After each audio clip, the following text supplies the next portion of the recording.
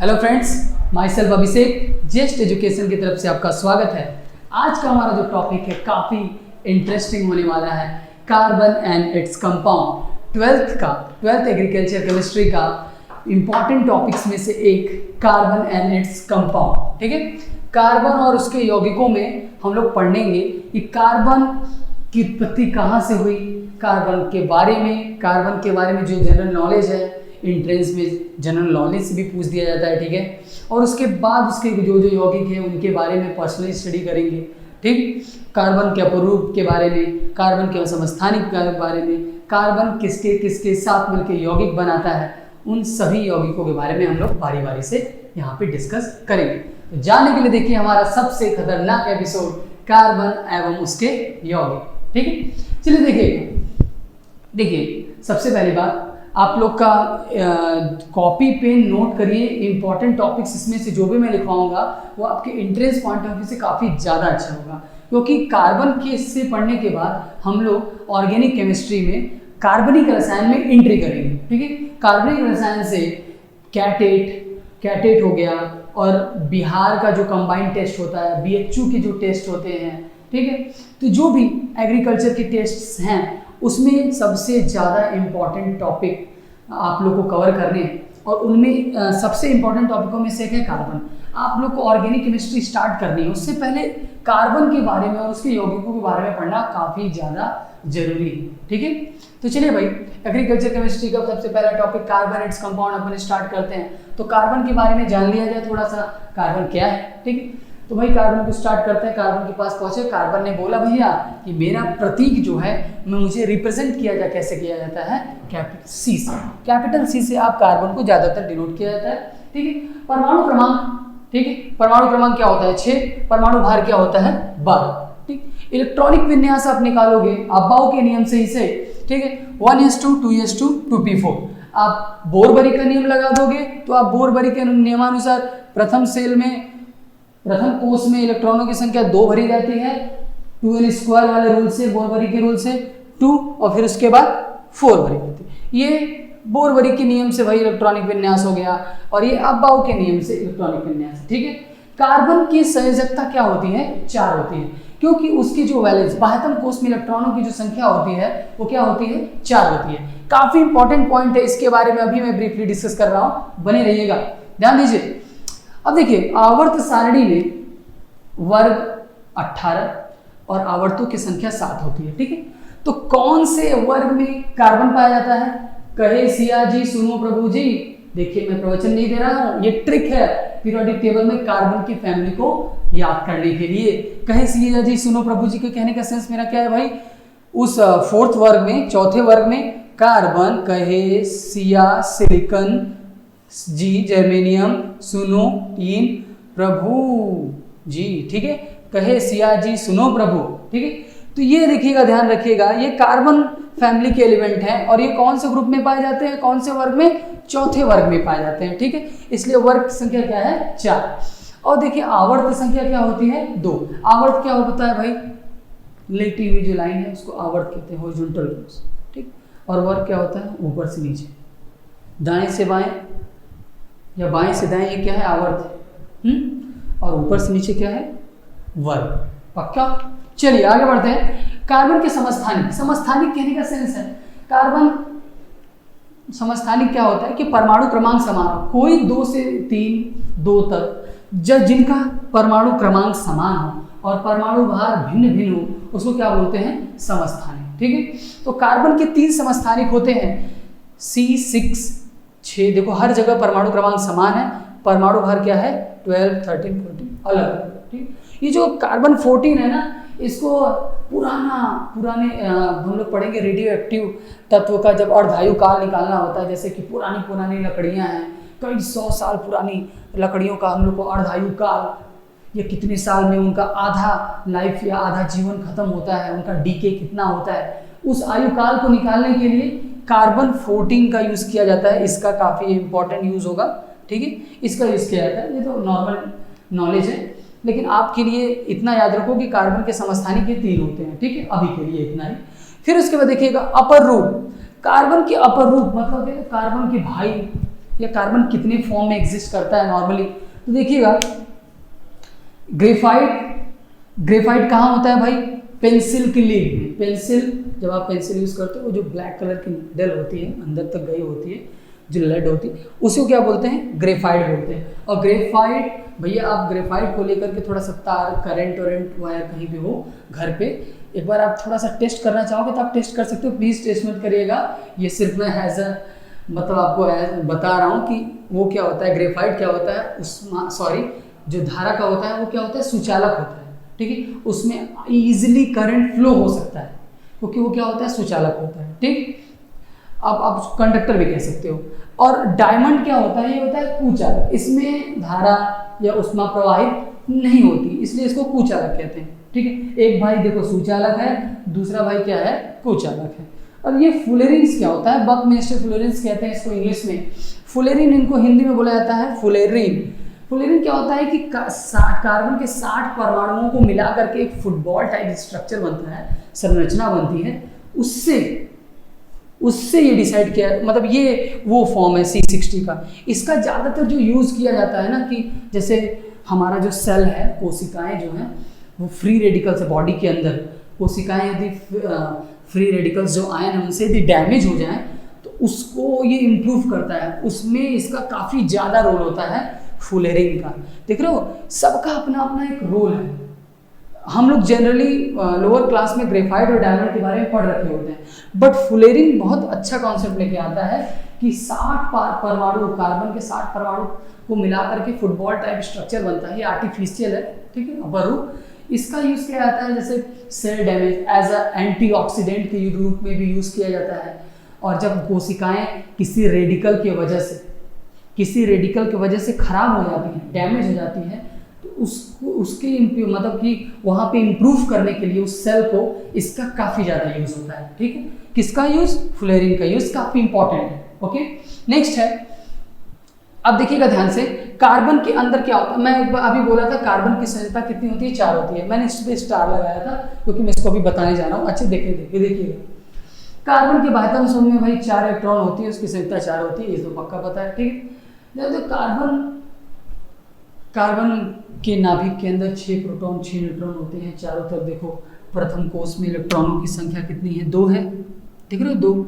और जो द्वितीय कोष में इलेक्ट्रॉनों की संख्या क्या है, 1 2 3 4। इस वजह से संयुक्ता कह देते हैं 4। लेकिन बात आई कि भैया यार, हम लोग जहाँ तक जानते हैं कि जितना इलेक्ट्रॉन लेता है या जितना इलेक्ट्रॉन देता है उसको भी संयोजकता का नाम दिया जाता है। तो भाई कार्बन क्या कर सकता है, या तो इलेक्ट्रॉन ले सकता है या तो इलेक्ट्रॉन दे सकता है किसी के साथ कंबाइन करने के लिए। इलेक्ट्रॉन देगा तो उसके ऊपर क्या आएगा, धन आयन आएगा, पॉजिटिव चार्ज। इलेक्ट्रॉन लेगा तो उसके ऊपर क्या आएगा, ऋण आयन आएगा। लेकिन यार यहाँ पे दोनों नहीं होता है कार्बन के साथ। कार्बन इसीलिए स्पेशल है, ध्यान रखिएगा। न तो कार्बन के पास ऊपर पॉजिटिव आता है, न तो कार्बन के ऊपर नेगेटिव आता है। न तो वो किसी को डोनेट करता है अपने इलेक्ट्रॉन बाह्यतम कोष के, न इलेक्ट्रॉन लेता है अष्टक पूरा करने के लिए। ये क्या करता है, इलेक्ट्रॉनों का साझा करता है। इलेक्ट्रॉनों का साझा करने के कारण यह सहसंयोजक यौगिक बनाता है। क्यों साझा करता है, क्यों आयनिक यौगिक नहीं बनाता, क्यों सहसंयोजक यौगिक बनाता है, आप सोचो। ये देखिएगा, ध्यान से देखिए, 4 इलेक्ट्रॉन बाहर है बाह्यतम कोष में। अच्छा मान लो एक इलेक्ट्रॉन, 2 चीज़ें हो सकती हैं, तो ये अपने चारों इलेक्ट्रॉन को त्याग दे, तब 2 इलेक्ट्रॉन बचे तो ये हीलियम की तरह एकदम स्थायी हो जाए, या तो ये 4 इलेक्ट्रॉन ले ले, या तो ये 4 इलेक्ट्रॉन ले ले और ये फिर अस्थायी हो जाए नियॉन की तरह। लेकिन क्या आप सोचो, क्या ये इजी है इलेक्ट्रॉन को, 4 इलेक्ट्रॉन को निकालना या 4 इलेक्ट्रॉन को लेना? एकदम इजी नहीं है। आप ही सोचो, एक इलेक्ट्रॉन निकालने के लिए, मान लो इलेक्ट्रॉन को निकालने के पॉइंट ऑफ व्यू से सोचा जाए कि हम चाहते हैं कि कार्बन के इलेक्ट्रॉनों को निकाला जाए, इसको भी निकाला जाए, इसको भी निकाला जाए, इसको भी। एक इलेक्ट्रॉन को निकालने के लिए आपको जो एनर्जी देनी होती है उसको क्या बोलते हैं, आयनन ऊर्जा कहते हैं। यहाँ पे तो एक ऊर्जा, आप 2 निकाल रहे हो, मान लो बहुत मुश्किल से 2 इलेक्ट्रॉन निकल जाएंगे। क्या 3 या 4 इलेक्ट्रॉन निकालना पॉसिबल है? नहीं हो सकता पॉसिबल। आप इलेक्ट्रॉन को नहीं निकाल सकते। एक से या दो से ज़्यादा इलेक्ट्रॉन को निकालना इस केस में इजी नहीं है, और जस्ट इसका रिवर्स 4 इलेक्ट्रॉन लेना भी इजी नहीं है। इतना भी ज़्यादा ये स्ट्रांग नहीं है बंदा। अंदर खुद ही प्रोटॉन 6 प्रोटॉन है, 6 न्यूट्रॉन है, 6 इलेक्ट्रॉन है। आप एक इलेक्ट्रॉन निकालोगे, प्रोटॉनों की संख्या बढ़ेगी, तो क्या 5 इलेक्ट्रॉन, देखो 6 प्रोटॉन 6 इलेक्ट्रॉन को होल्ड कर पा रहे हैं, लेकिन जैसे ही आप इलेक्ट्रॉन निकालोगे, ठीक, तो इलेक्ट्रॉन के निकलने के बाद, ये इलेक्ट्रॉन के लेने के बाद, ये अंदर वाला प्रोटॉन इनके साथ सही से कंबाइंड फॉर्म में नहीं रह सकता, वो एग्जिस्ट नहीं करेगा, ठीक है, वो बुरा मान जाए। आप ये समझ सकते हो जनरल में कि इलेक्ट्रॉन निकालने से ही ये प्रोटॉन बुरा मान जाए, ये नहीं चाहता कि इलेक्ट्रॉन निकले, और इतना इजी नहीं है इलेक्ट्रॉन को निकालना या लेना। इस वजह से कार्बन खुद में क्या है, अधातु है, जो कि सहसंयोजक यौगिक बनाता है, ठीक। आयनिक यौगिक वही बनाते हैं जो कि इलेक्ट्रॉन इजीली दे सके और या इलेक्ट्रॉन इजीली ले सके, ठीक है, जिनके अंदर धनायन या ऋणायन बनने की प्रवृत्ति हो आसानी से, वही आयनिक यौगिक बनाते हैं। अन्यथा वो कौन सी यौगिक बनाते हैं भाई, सहसंयोजक यौगिक बनाते हैं, ठीक है। तो इसका मतलब कार्बन कौन से यौगिक बनाता है भाई, सहसंयोजक यौगिक बनाता है। ना ये डोनेट कर सकता है, ना ये एक्सेप्ट कर सकता है। कार्बन के बारे में इतनी जानकारी होनी चाहिए आपको, एंट्रेंस में के पॉइंट ऑफ व्यू से भी, या आप ऑर्गेनिक केमिस्ट्री या कार्बनिक रसायन स्टार्ट करने जा रहे हो तो भी बहुत इंपॉर्टेंट है, ओके। अब हम लोग पढ़ते हैं कि कार्बन की क्या क्या प्रॉपर्टीज हैं, में कौन कौन सी बिहेवियर के कारण कार्बन को सबसे ज़्यादा स्पेशल कैटेगरी में रखा गया है, ठीक है। कार्बन ऑर्गेनिक केमिस्ट्री का सबसे इंपॉर्टेंट एलिमेंट है, क्योंकि कार्बन नहीं होगा तो ऑर्गेनिक केमिस्ट्री का कोई वजूद नहीं, ठीक।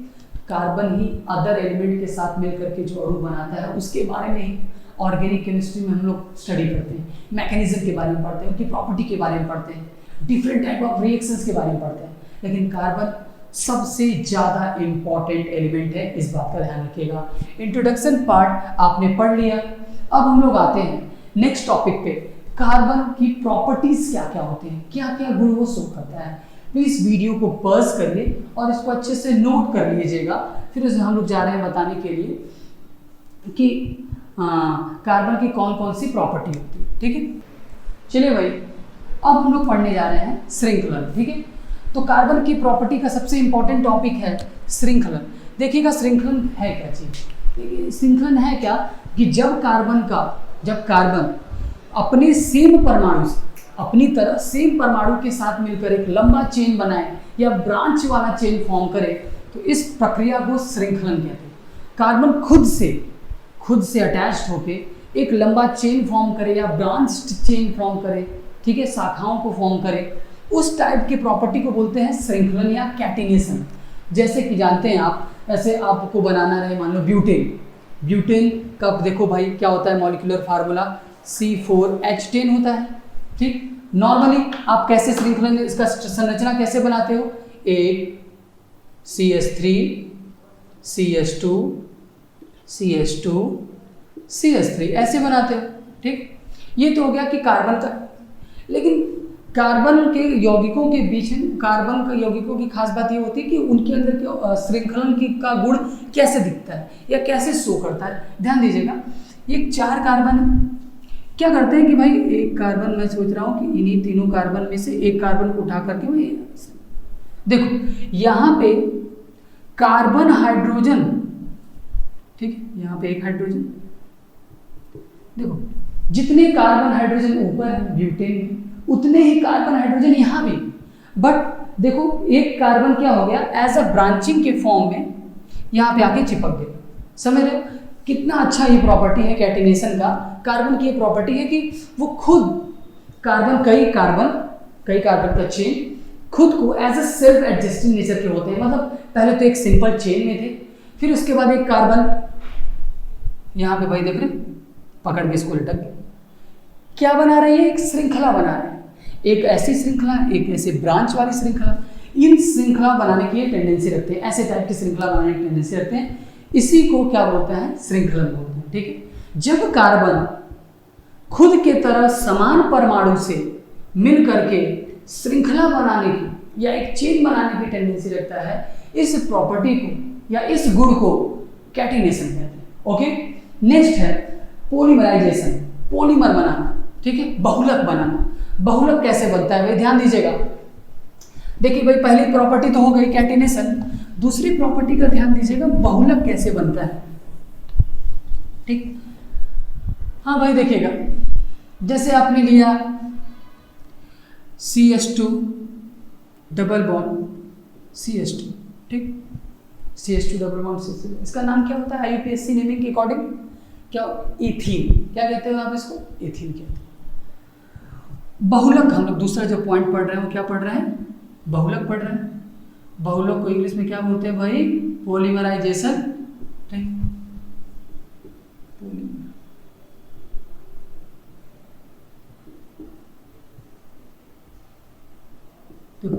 बहुलीकरण भी कह सकते हो आप, ठीक है, बहुलीकरण।